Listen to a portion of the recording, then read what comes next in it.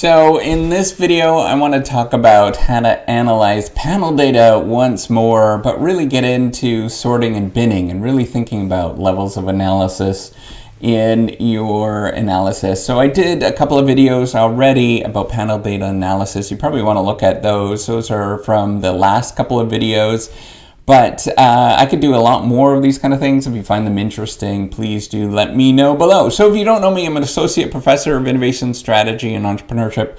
And I created this whole reciprocity project to give back as much as I possibly can. There were so many people that helped me out that I wanted to pay the favor forward and help you out as much as I possibly can. So I created this sharing economy editing website. Please go check it out and purchase some credits on there to get your work edited. It really does help out. It really helps out with the project of what I'm actually doing, and as well as you can get your work edited. And then finally, I also created a bunch of blog posts and stuff that are hopefully helpful for dealing with all the research game and things like that. So go check that out in blog.reciprocity.com.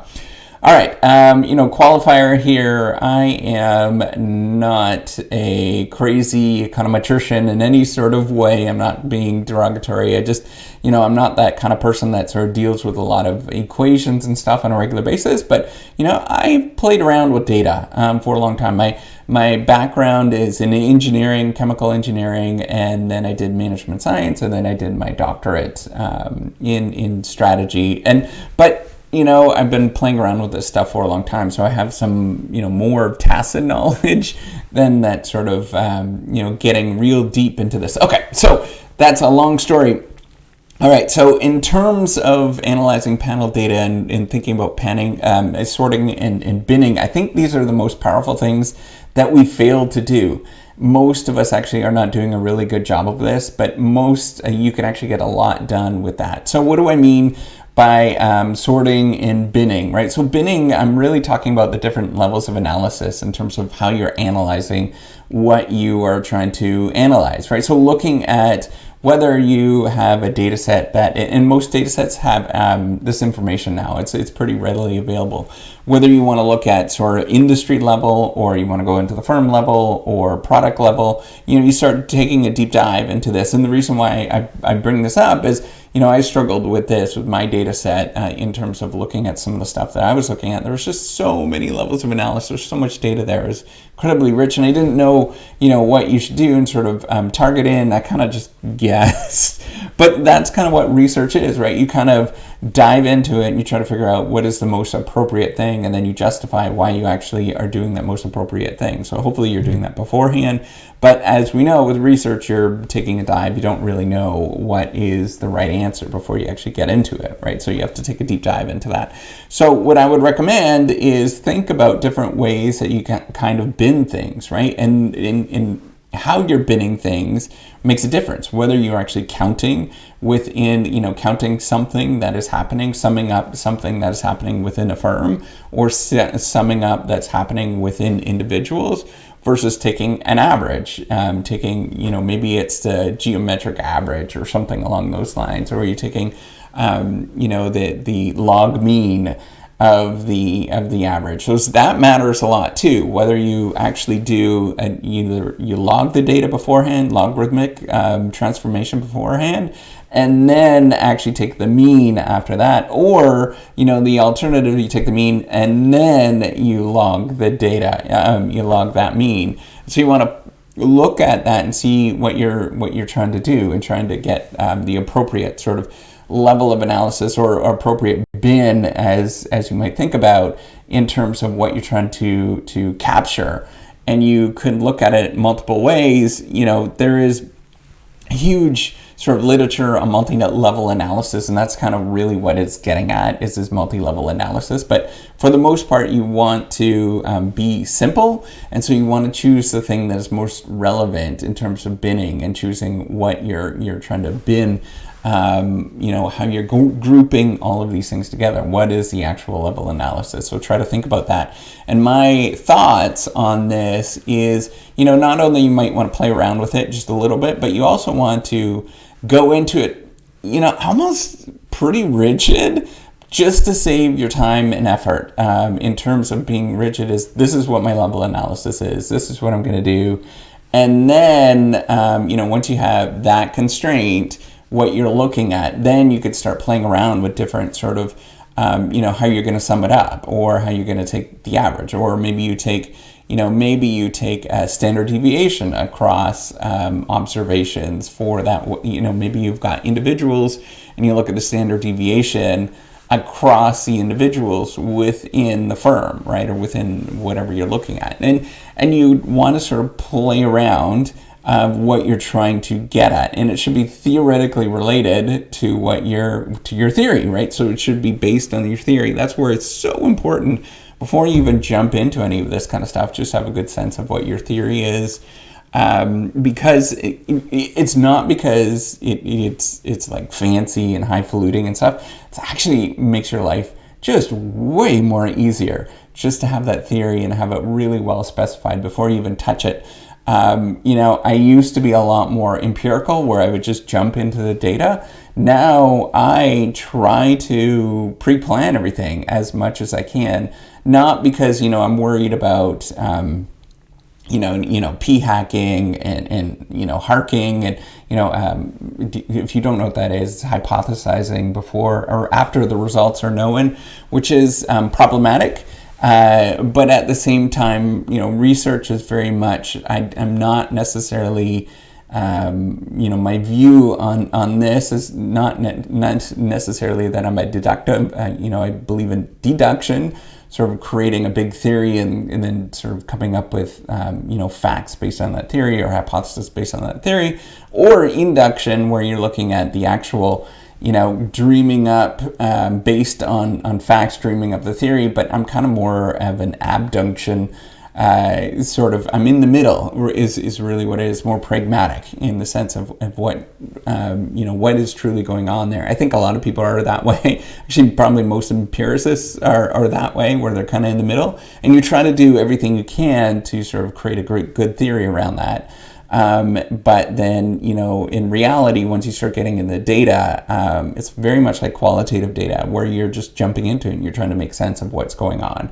And it's a real messy process. And so you want to sort of, before you get, you want to just give constraint. And that's the biggest reason. I don't think it's sort of this big theoretical argument, against that. It's actually to put constraint before you actually start moving around in the data. And it just makes your life just so much easier, rather than spending months examining something. You do your best, and you sort of have all this pre-specified plan, and you just execute on that pre-specified plan, and then that's it. You move on to the next thing. And so it just reduces the amount of effort and struggle that you have with it. So, think about what your level of analysis is going to be, and sort of what your bin is going to be, how you're going to be binning all these things up and sort of summing up across what you're going to sum up across. Now, people are going to maybe suggest to do the lowest, the one with the most amount of data or information available. So going to the lowest common denominator of what information you actually have. But sometimes you don't want to do that, because there could be a lot of noise in the data. There could be lots of missing data points. So sometimes if you aggregate at a certain level, you have a lot more information that's there. And you can do an analysis a little bit easier by doing that. And even though that there is, just by using what is called the law of large numbers, taking an average across a bunch of messy data, you tend to get a little bit more smoothing that happens, and it becomes a little bit easier to see some of the patterns and stuff like that. So thinking about what you're binning against is going to be really important.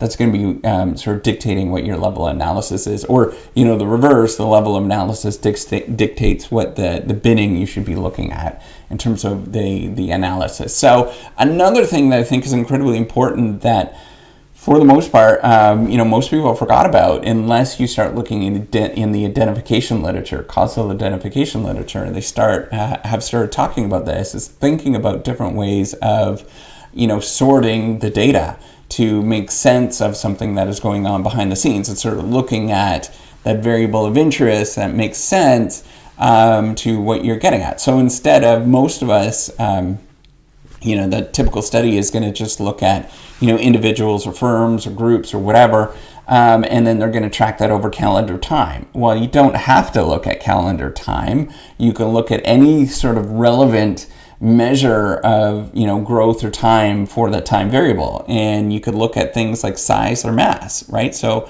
calendar time, if you're looking at growth of kids, over time, it might not make sense. Everybody grows at sort of different rates and stuff, but if you look at mass of people, and mass of the size of growth of kids over time, that might be a better sort of understanding of what you're trying to get at, right? So time is less relevant in that case. Calendar time is less relevant, and actually the mass of the child might be more relevant to, things like development and things like that. So you might want to look at that, or, looking at age, for example. Calendar time is probably irrelevant if you're comparing, individuals that are 1 year old on calendar time to somebody that is 19 years old. That doesn't make sense, right? So you might want to shift to look at age, for example, is the time variable that you're looking at in this panel data. Remember, so panel data is both looking at, cross-sectionally across some sort of subjects and across time, and sort of choosing that time variable, the time ID, TID is what I usually call it in sort of programmable language. The time ID, you can change into all sorts of different things. It doesn't have to be calendar time. I think that's probably really misleading. So if you're looking at firms, for example, you might look at, revenue, for example, over time. And very few studies have looked at this kind of stuff. It's not, this would be really cutting edge stuff if you were to do this at this moment and sort of look at the different ways of tracking things. And cool, that would actually be a really cool study if somebody wanted to do that. Just give me a good old shout out if you did that, or give me a reference if you did that, and where you're looking at different sort of time variables for firms, right? So you're looking at how it changes over revenue, or changes in different growth measures, for example. Whether looking at calendar time or whatever, there's all sorts of things that you can look at in terms of how things might change over time, and use that as different time IDs in these panel data sets. I think that's really important to think about that longitudinal variable and what you're trying to do before you even jump into any of the analysis, trying to make sense of that. So the other thing that you can really do is to sort the data based on these different variables, right? So looking at ways of different sorting techniques and sorting based on what you're, so even the fact of thinking about, multi-levelness, for example, you can sort the data based on the different levels that are in the data set. So, looking at what happens within firms and within products within firms, and sort of tracking or doing some sort of scatter plot of what that looks like over time, of those patterns. You can see some really interesting things by doing that. So just what I'm trying to get you to think about is just be really creative with the variables that you're looking at. It doesn't have to be, so there's a caveat here. When you're creative, it causes a lot more headaches with reviewers and theorists and stuff. They're going to ask all sorts of different questions. Just have that in mind.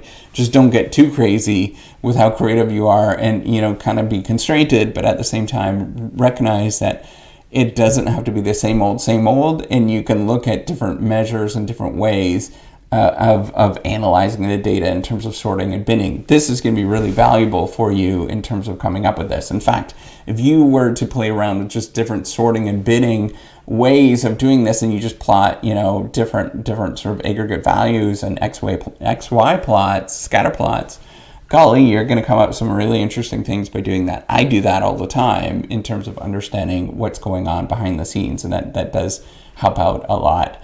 And if you want, you can get really even more sophisticated and add, a third variable and change the size of the dots that you're looking at.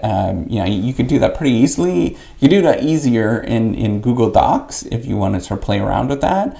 But at the same time, you can also do it in Stata and software. I think R probably does that as well. Change the size of the dots based on some other third variable characteristic. of what you're trying to look at, some sort of moderating variable to see what you're trying to do, and then you can get some really interesting insight behind the data that you're looking at, the panel data that you're looking at. So panel data really, it's a pretty simple concept that things are, we've got subjects and we're tracking them over time, but there is so much stuff that goes on behind them. You could just, it's pretty endless in terms of analyzing it different ways. And the simplest way is really just playing around with binning and sorting, even though that this is, more advanced. It's actually not once you start playing around that and in sort of getting good insights in what you're trying to look for. So that's it. Hopefully you get a lot out of this video. I watched the other couple ones. Hopefully you get a lot out of those too. So give me a thumbs up if you like this video. Do subscribe to the YouTube channel. And take care. Have a good day. Bye.